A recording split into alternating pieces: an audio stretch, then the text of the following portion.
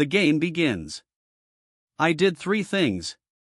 I ordered a title search through an online service to see what was known about this apartment. I read the local legislation on abandoned property and real estate claims. I consulted, anonymously, on Reddit with a lawyer from r/legal advice. The result surprised me. Don was not officially listed as the owner. He had an old transfer agreement from some 80s, but not a single entry in the new registry contained his name. No property taxes, no digital title, nothing. The lawyer confirmed, if the property is not declared, and you can prove that you maintain it and live in it, theoretically, in 6 months you can file a quiet title claim. I was shocked. Coincidence? A week later, Don knocked on my door again. His toaster had burned out and he asked for some toast. We started talking. I mentioned the letter again, he waved his hand again. They just want money. I'm not going to pay anyone anything. The apartment is mine. It's always been mine. At that moment, I realized he wouldn't do anything. And maybe if he went away somewhere, or, God forbid, something bad happened, the apartment would really become a cold case. But I couldn't. Or could I? I'm not a villain. I didn't want to take the old man's place away. But the fact was, according to the documents, he was a nobody. And I already understood how it all worked. All I had to do was get inside, have access to the utilities, show that I was servicing the place, and wait. A month has passed since our last conversation. Autumn in Cincinnati is when the leaves fall beautifully and the utility guys forget how to turn on the heat. I was sitting at home in a hoodie, writing code for another client in Arizona, when I noticed one strange detail. Don's apartment had become quiet. Before, at least he would turn on the TV loudly, as if for the whole street. Or the radio. Or go out into the hallway to smoke. But now, silence. Complete. On the 3rd day, I began to worry. I don't butt in, but I don't ignore it either. I knocked on the door. 0 reaction. I put my ear to it, nothing. I rang the doorbell, no ringing. There was an old newspaper lying on the rug. The door didn't open, although the lock seemed to be in place. I wasn't sure what to do. Should I call the police? An ambulance? I'm not a relative. And anyway, maybe he just left? But knowing Don, who even went to the store in the same sneakers, it was strange. Just in case, I looked in the window from the stairwell. It was evening, but there was no light in the apartment. Although usually the lamp in his living room was always on, even during the day. Something was wrong. Manager. The next day, I went into our manager's office. Mrs. Clark, a woman of about 55 with a haircut from the 80s and a manicure that could scratch an autograph into the glass. Mrs. Clark, I began, do you by any chance know where Don Garrett has disappeared to? She raised an eyebrow. Oh, my God, has he locked himself in again? No, on the contrary. I haven't seen him for a long time. The TV is not working. The lights are out. The newspapers are piling up. I'm worried. She sighed. He told me something a couple weeks ago. He was going to visit his nephew in Columbus. But I'm not sure. He left the key with a neighbor, not you? No. Then. Mr. Kimball downstairs. I'll check. Thanks for telling me. Now for the important part. A couple of days later, she confirmed, Don was gone for an indefinite period of time. He left a key, but no papers. No return date, no power of attorney, no instructions. He just disappeared. And that's when I felt my pulse quicken. This was my chance. Under Ohio law, if a property is declared abandoned and the owner has been gone for 60 days or more, and no one is disputing ownership, the person who maintains and lives in the property can file for adverse possession, a form of acknowledgement of ownership through actual possession. But you need access. You need proof. The first step is technical. I politely asked Mrs. Clark for access to the apartment, to check if everything was okay. She called Mr. Kimball, who handed over the key. I found myself inside for the first time. It smelled of old age, dust, and something sour. Old furniture, flowered wallpaper, a carpet with a dog lying on it. Yes, a dog. A small terrier I hadn't noticed before. Apparently Don kept it quiet so as not to pay for a pet. The dog looked hungry. I automatically poured him some food from a nearly empty bag. He ate greedily. I poured water from the tap. And I realized that now, this is all on me. Responsibility? I could have just left. Closed the door. Returned the key. And that's it. But instead I bought food. I went to the utility website and paid for water so the dog would have something to drink. Checked the outlets and replaced the light bulb in the kitchen. Cleaned the toilet. Yes, it was excruciating, but you would have done it too. Every time I went in there, I took a photo, wrote down the actions. Just for myself. Or not so much. The idea grows. A month later, I checked the county recorder's office website again. The property was still listed as having no registered owner. No taxes paid for the past year. No updates. I filed a request for a notice of intent to take possession. The law allowed you to send this form to the county court, where you formally declare, I am the occupier and maintainer of this property. No one has claimed it. I request that ownership be recognized by the fact of maintenance and the absence of opposition. This doesn't give you the apartment right away. But it sets a timer. After 90 days, if no one shows up, you can sue. Everything was going well, until the letter. In early December, I found an envelope marked urgent on the floor by Don's door. I opened it. Inside was a notice from Columbus Memorial Hospital. Patient Don Garrett is in the intensive care unit. Please contact next of kin. My chest went cold. When I read the letter from the hospital, I didn't know what to do. I'm not a relative. I'm not even a friend.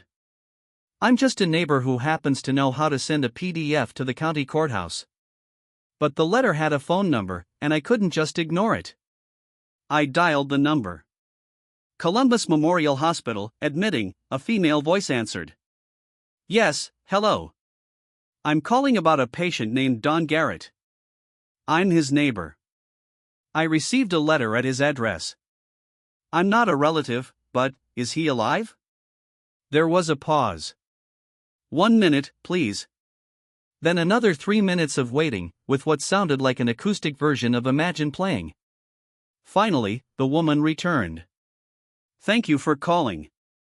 Mr. Garrett is in stable but serious condition.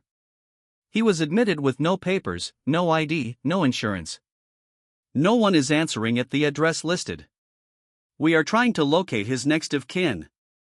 He had a nephew. In Columbus. That's what he said. I don't know his name, though. That's more than we have. Can you come over? We have some questions, and we understand his dog is home alone. So I found myself on a 3-hour drive to Columbus, in an old car, with gas station coffee and a head full of conflicts. The hospital. When I arrived, I was ushered into the ICU. Don was hooked up to machines. He looked 90. He was probably 75. The nurse was professional, but with a hint of pity. I guess she thought I was one of those weird non-relatives who still shows up. He had a stroke, she said. A big one. He was conscious at first, even said your name. You were the only person he'd spoken to lately, I think. I almost cringed. He said my name? You wrote it down? No. He just said, Ethan knows, he'll help, the nurse shrugged. Papers. The people from the administration wanted to talk to me. Mr. Howell, the administrator began, a young guy with glasses and a tie who was clearly fresh out of college. This is not a common situation. A patient comes in with no ID, no insurance, no contact with family. We can't keep him here indefinitely. We're looking for someone to temporarily represent him. It's not a legal guardianship, but a kind of temporary power of attorney. But I didn't. I began. We know. But you're the only one who showed up. I signed a temporary form authorizing me to communicate with the hospital on his behalf. Not to make life or death decisions, but to look after his property, get information, pass on documents. That's when I realized how unregulated Don was. No will. No instructions. No power of attorney. No medical representative. No one. Just me. Return. When I got home, Don's apartment already seemed less alien. The dog, I named him Scrambles, greeted me with a joyful bark. I went back inside. Wiped down the kitchen. Threw out the expired canned goods. Took a photo. And realized that now I wasn't just poking around out of curiosity, I was technically responsible for him. And then the madness began. Paper after paper. After getting a copy of his old tax records, via an IRS form, I learned that Don hadn't paid his property taxes in the last 3 years. His title deeds had never been registered in the digital registry. The only document I could refer to was a hand-signed transfer agreement from some 1987, without certification. Which meant, he didn't legally own the apartment. And I didn't give it to anyone. And I had a notice that I was maintaining and running the property. Photos and receipts. Proof that no one was looking for him.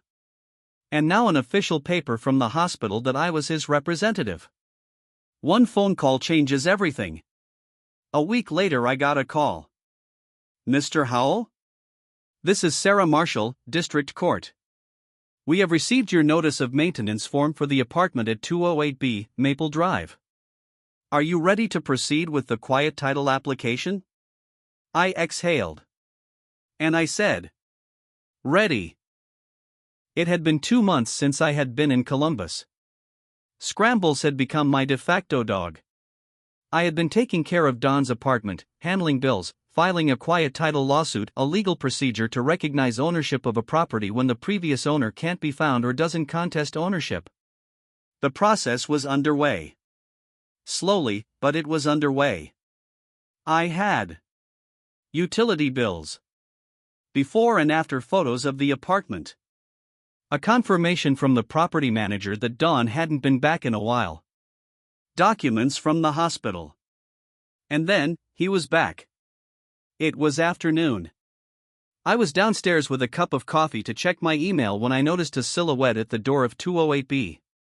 Tall, skinny, in a coat, with spiky gray hair. Don Garrett. He stood there, looking at his door.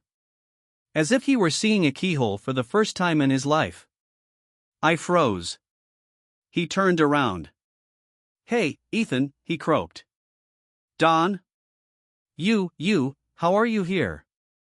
Got discharged. My nephew's sister drove him. He said he wanted to go home. He was shaking. I ran up and helped him open the door. Everything was clean and cozy inside. He saw Scrambles, who barked happily. Ha, you're still alive, my friend. He sat down on the couch, breathing heavily. I thought I'd never come back, he said. And look, everything is in place. I didn't know what to say. There was chaos inside. The ice from the formality of the trials began to melt. I looked at the old man I thought had almost disappeared and realized, now everything was in question again. True or not? We were sitting in the kitchen. I made coffee. He told me that he had spent almost a month in rehab. That his nephew had been busy and had quickly disappeared. That he still felt weak in his right arm, but his brain seemed to be in place. I remember telling the nurse about you, he said. I thought maybe you could save Scrambles. Or, just help. I told him what I'd been doing all this time. About paying for the water, and about filing a notice with the court. Don just nodded. So you're like, the owner now? The question wasn't malicious. More curious. Like he didn't quite understand how it all worked. I nodded. Then he added. Well, almost. I filed the paperwork. But now that you're back, if you want, we can cancel it. Or, discuss it. He looked at me and grinned. You know, Ethan. I may be old, but I'm not stupid. I've been in this apartment for 20 years. But I didn't buy it. I just lived there. Back in the 80s, my brother gave it up to me.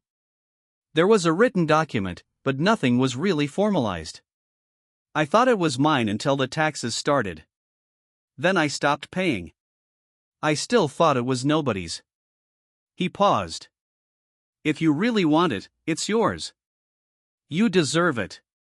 Even if I stayed, I can't live on my own anymore. It's too hard. A document, a signature, an understanding. A couple of days later, I returned with the documents. Don signed a waiver. We went to a notary. It was all formal, clean. Hello, Reddit.